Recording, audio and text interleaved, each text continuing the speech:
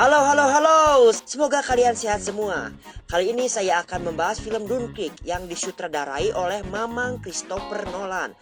Ketika menonton film ini, saya benar-benar terus berbicara menggunakan kata bagoy di setiap spektakuler alur cerita yang dikeluarkan oleh sang sutradara. Karena memang membagoykan sekali film ini, asiknya dapat merangsang kalian para penonton dan juga penikmat film perang. Dan film ini pertama kali dirilis pada tahun 2017. Jadi, daripada saya terus mengucapkan kata bagoy, lebih baik saya mulai saja cerita ini.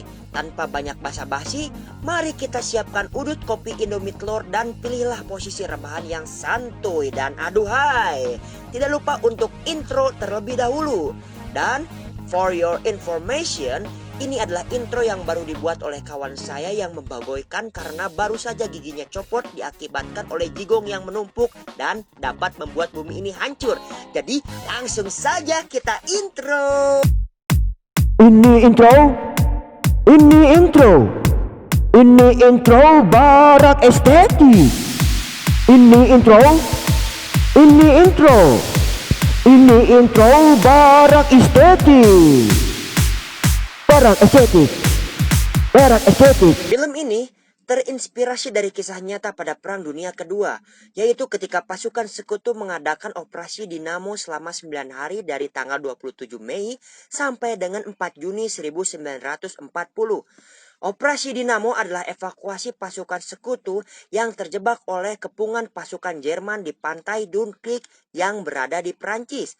Pada waktu itu, pasukan Jerman dengan serangan kilatnya lebih dari serangan tendangan Tsubasa Ozora atau Blitzkrieg memang berada di atas angin sehingga berhasil mendesak dan mengepung pasukan sekutu yang terdiri dari pasukan Inggris, Prancis, Belgia, dan Kanada ke pantai Dunkirk di Prancis.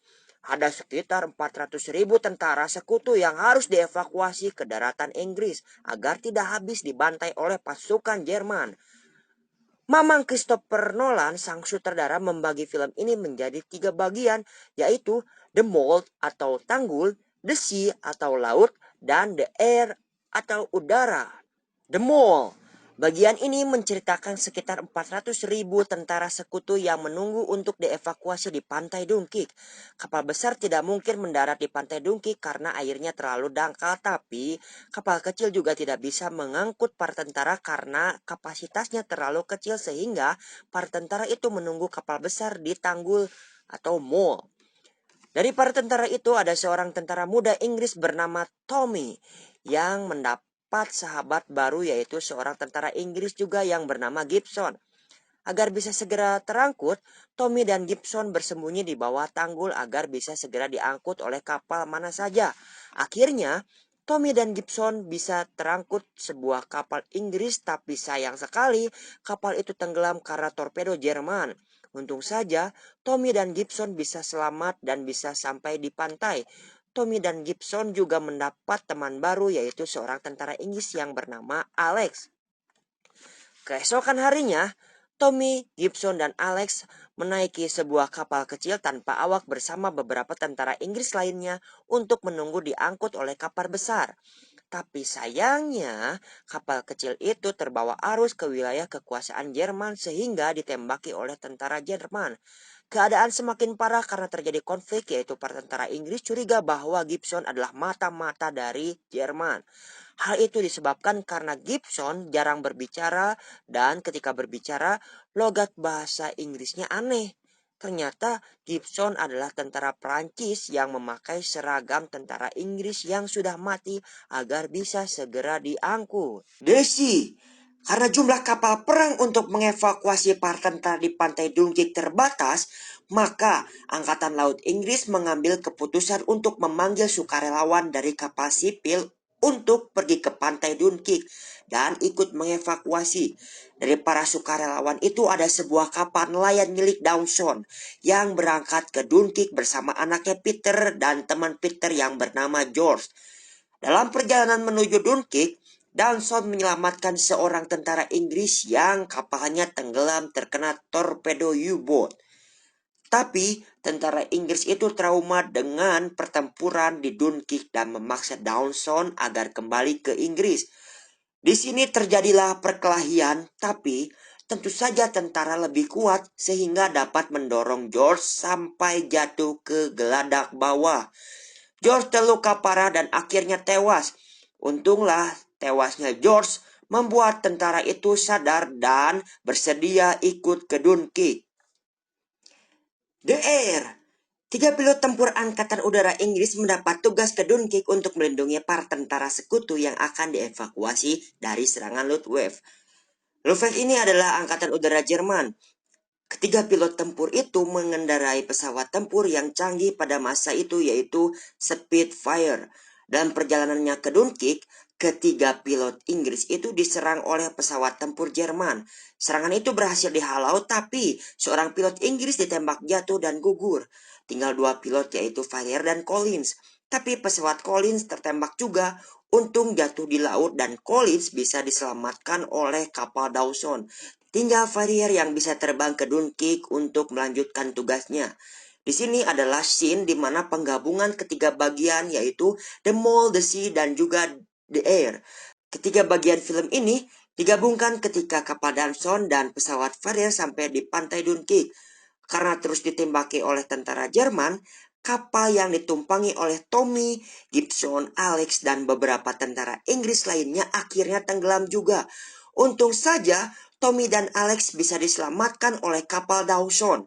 Tapi sayang sekali Gibson terjebak rantai kapal dan tewas tenggelam. Kapal Dawson dan beberapa kapal sipil lainnya berhasil menyelamatkan banyak tentara sekutu, tapi datang sebuah pesawat tempur Jerman yang melakukan serangan sehingga banyak menenggelamkan kapal dan menewaskan banyak tentara sekutu. Farrier dengan pesawat Spitfire-nya berhasil menembak jatuh pesawat tempur Jerman itu, tapi sayang sekali bahan bakar pesawat Farrier habis sehingga tidak bisa mendarat di wilayah kekuasaan sekutu, tapi di wilayah kekuasaan Jerman. Farrier tertangkap oleh tentara Jerman, tapi sebelum tertangkap, Farrier sempat meledakkan Spitfire-nya agar tidak bisa dimanfaatkan oleh tentara Jerman. Akhirnya, operasi Dinamo berhasil diselesaikan dengan baik. Tercatat ada sekitar 338.226.000 tentara sekutu berhasil diselamatkan. Diceritakan juga, walaupun kehilangan sahabat, tapi Dawson dan Peter sangat senang karena pemerintah Inggris mengangkat George sebagai pahlawan Dunkirk. Persepsi saya tentang film ini adalah film ini sangat seru dan menjadi tontonan wajib bagi para penggemar film perang, tapi alur cerita film ini agak membingungkan karena dibagi menjadi 3 bagian. Tapi 3 bagian itu tidak berurutan, melainkan meloncat-loncat. Mungkin itu membutuhkan pemahaman dan juga konsentrasi yang tinggi ketika kita menonton film Dunkirk ini. Nah, saya sekarang ingin membahas tentang sejarah Operasi Dinamo di Pantai Dunkirk ini. Kelihatannya, keberhasilan Operasi Dinamo merupakan mukjizat karena berhasil menyelamatkan sekitar 338.226.000 tentara sekutu dari kepungan pasukan Jerman yang waktu itu sedang kuat-kuatnya. Tapi sebenarnya keberhasilan Operasi Dinamo itu disebabkan oleh kesalahan Hitler. Pasukan Jerman bisa saja menyerang pasukan sekutu di pantai Dunkirk yang dalam kondisi lemah itu.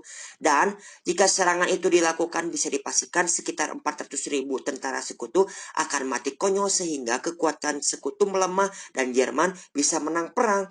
Tapi entah mengapa Hitler memerintahkan untuk menghentikan serangan ke Dunkirk sehingga memberi kesempatan para tentara sekutu untuk dievakuasi.